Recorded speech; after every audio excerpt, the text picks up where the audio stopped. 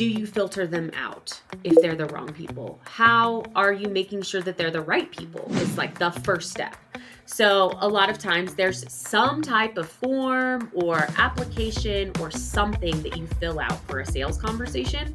And if there's not, you really should have that, because if you're just meeting with anyone who will take a meeting with you, you're wasting a ton of time and getting really discouraged because you think there's something wrong with you and you're probably just talking to the wrong people. Welcome to Sales is Not a Dirty Word, the podcast that shows you how to convert 8 out of 10 sales conversations without acting like a douchebag. I'm your host, innovative sales coach, Aleasha Bahr, the creator of the Black Sheep Sales Method. Because if it's a fit, it's a fact, and there is no selling involved. If you're a service provider selling your own service and you're ready to sell differently than the mainstream status quo and win more sales without pressure, pitching, or pretending to be someone else, then this is for you. If you want to know more about the Black Sheep Sales Method, then go to Aleashabahr.com. So in this episode, I'm going to talk about something that I think a lot of sales experts just assume is obvious. I know I certainly did, but I was speaking at a Dames event recently. I've talked about that networking group here. It's, the first time I've ever liked networking, and I'm on stage talking about sales, and we got a question from the crowd that was like, what is a sales strategy? And I realized that I wasn't even certain how to answer that question because I wasn't sure what she thought was a sales strategy, that there was any confusion about it. And come to find out that she really thought it was more lead gen, right? She thought it was more about who she was targeting, who her ideal customer was. And although that is an important part of sales and that should be cohesive with the sales strategy, it's not the same thing as the sales strategy. I mean, you could argue that they could be the same thing, but they really are two different specialties. So a lot of times somebody will be really great at lead gen and not so great at sales. And a lot of times somebody will be really great at sales and not so great at lead gen. So that's why they literally have, in a lot of corporations, a business development representative, BDR, and then like the closer, right? The like more account manager person, because they often are such different skills. One's opening the conversation, one's closing the conversation. So anyway, a sales strategy is everything that happens once somebody becomes a lead. So how do you filter them out if they're the wrong people? How are you making sure that they're the right people is like the first step. So a lot of times there's some type of form or application or something that you fill out for a sales conversation.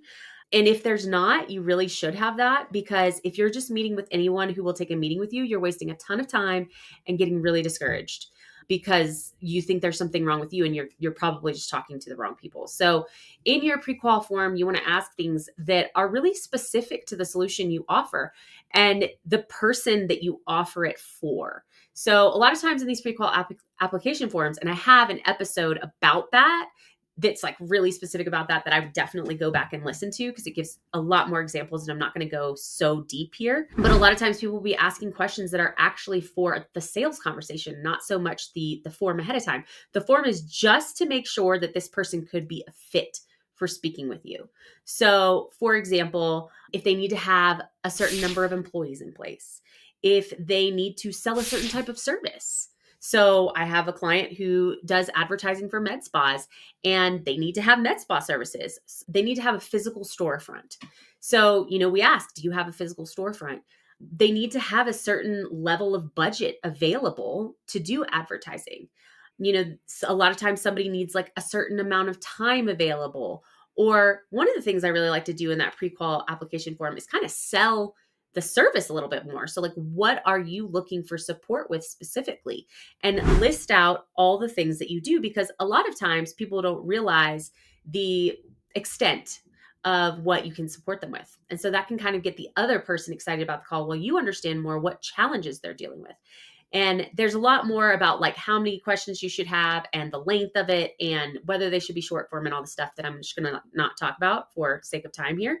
So that's the first step of the sales strategy, right? Because it is framing the person for coming into this conversation, and it is letting you know this person is a fit for what you do, so you can get excited about it and excited to have this sales conversation instead of dreading, because you don't really know if they're a fit and you have to spend the first 20 minutes of the conversation figuring out if this person is even your client, right? So then the second piece is, what do people need to know and believe before they have a conversation with you? So this really speaks to the education that can happen sometimes in a sales conversation. And if you're educating and selling at the same time, it's too much. The person will be like, I need to think about this. I need to process this. I'll get back to you, right? So what does the person need to know and believe ahead of time to make that sales conversation more efficient and effective for you both? A lot of times this has to do with expectations that they might have. So if you're looking for somebody who's done for you, that's not us. If you're looking for somebody who is going to support your team with the strategy, that's us. Like those types of information. Also explaining nuances that a lot of people don't understand. For example, the difference between lead gen and sales. What if somebody comes to me for lead gen and that's actually not my strength? It's really important to explain the difference with that and let people know that I have trusted resources that will help them with lead gen. Or, for example, maybe the nuances between direct copywriting and, other types of copywriting. So I'm a direct response copywriter. That means I lead to sales. I sell things on sales pages. If that's what you're looking for, then great. If you're looking for somebody who's going to create social media content, that's not me, right? So a lot of times aligning those expectations and explanations are going to save you so much time in the actual sales conversation. And people are kind of pre-sold because they're like, oh yeah, that is what I'm looking for. Great. I'm glad that they're not this other thing, right? Because they were probably worried you were that other thing. So then also your sales strategy are the questions that you're asking in your sales conversation. So like, are they different every time? Are you winging it?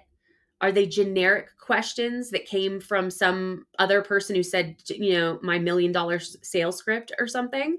Are they naturally selling you or providing aha moments just by asking them, or teeing you up to transition into an explanation about how you can support them with something? If not, then you need to improve that part of your sales strategies. The questions that you ask make such a huge impact in somebody trusting you and wanting to move forward with you. And that's a huge part of your sales strategy.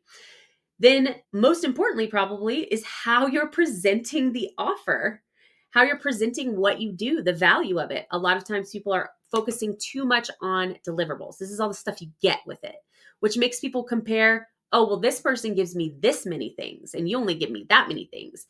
And it's not about the things, right? It's about the result that those things provide. So whenever you're presenting your offer, I really like to focus on explaining something that feels tangible to them, that they can imagine. So especially if there's a timeline, like the first thing we're going to do is, deep dive for 30 days and then come back with this strategy so they can understand, okay, it's going to be 30 days of meetings at first and an audit. And then they're going to come back with recommended improvements. And then they're going to improve those. And then they're going to refine, right? And you can hear that those are all result-based phases. So we're auditing to find out what works and what doesn't so that we can keep the parts that do and not reinvent the wheel. And we're going to implement the adjustments that we have uncovered after discussing those with you so that you can start seeing a difference in your results.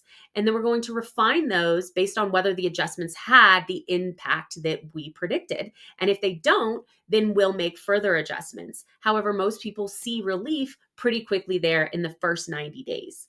So all of a sudden, that person can understand, oh, okay, this is the timeline things are going to happen. This is about how quickly I'm going to get a result, about what's needed for me, what the process is going to look like. That makes somebody feel comfortable and clear and confident, because confused minds say no.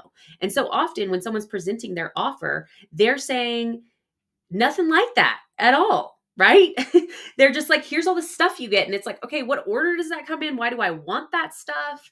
Or there's that suggestion from, a lot of mainstream sales, which is like to keep it super vague and high level. So we're just going to totally revamp all of your operations and it's going to be amazing. And afterwards, it'll be so streamlined. It's like, okay, well, how?